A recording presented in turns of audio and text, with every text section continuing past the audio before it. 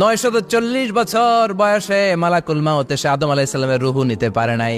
উনি 1000 বছর যখন হয়েছে সাইয়েদনা আদম আলাইহিস সালামের রূহ কবজ করেছে। যেই দিন পৃথিবীর প্রথম মানব, প্রথম নবীর রূহ মালাকুল মাউত দুনিয়ায় এসে কবজ করেছে, ওই দিনটাও ছিল জুমাবার। আল্লাহু আকবার।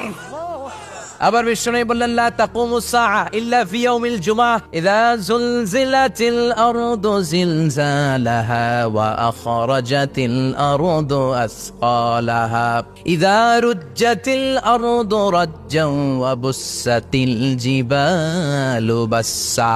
কিয়ামতের দিন পৃথিবীটাকে একটা প্রকম্পন দিয়ে কাঁপিয়ে দিবে কে?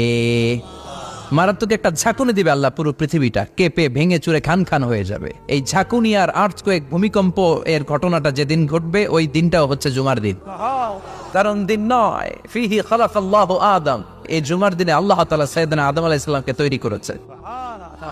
বিশ্বনবী বলেন, লাম্মা খালাকাল্লাহু আদম ওয়া কানা তুলুহু 60 যিরাআন, আল্লাহ তাআলা যখন আদম আলাইহিস সালামকে তৈরি করলেন 60 হাত লম্বা করে তৈরি করলেন। আর আমরাও যারা জান্নাতে ঢুকবো আমাদের আকৃতি থাকবে 60 হাত লম্বা। আল্লাহ সাইয়েদনা আদমকে তৈরি করলেন এই জুমার দিনে। আবার সাইয়েদনা আদম আলাইহিস সালামকে পৃথিবীর বুকে তিনি পাঠিয়ে দিয়েছিলেন এই জুমার দিনে।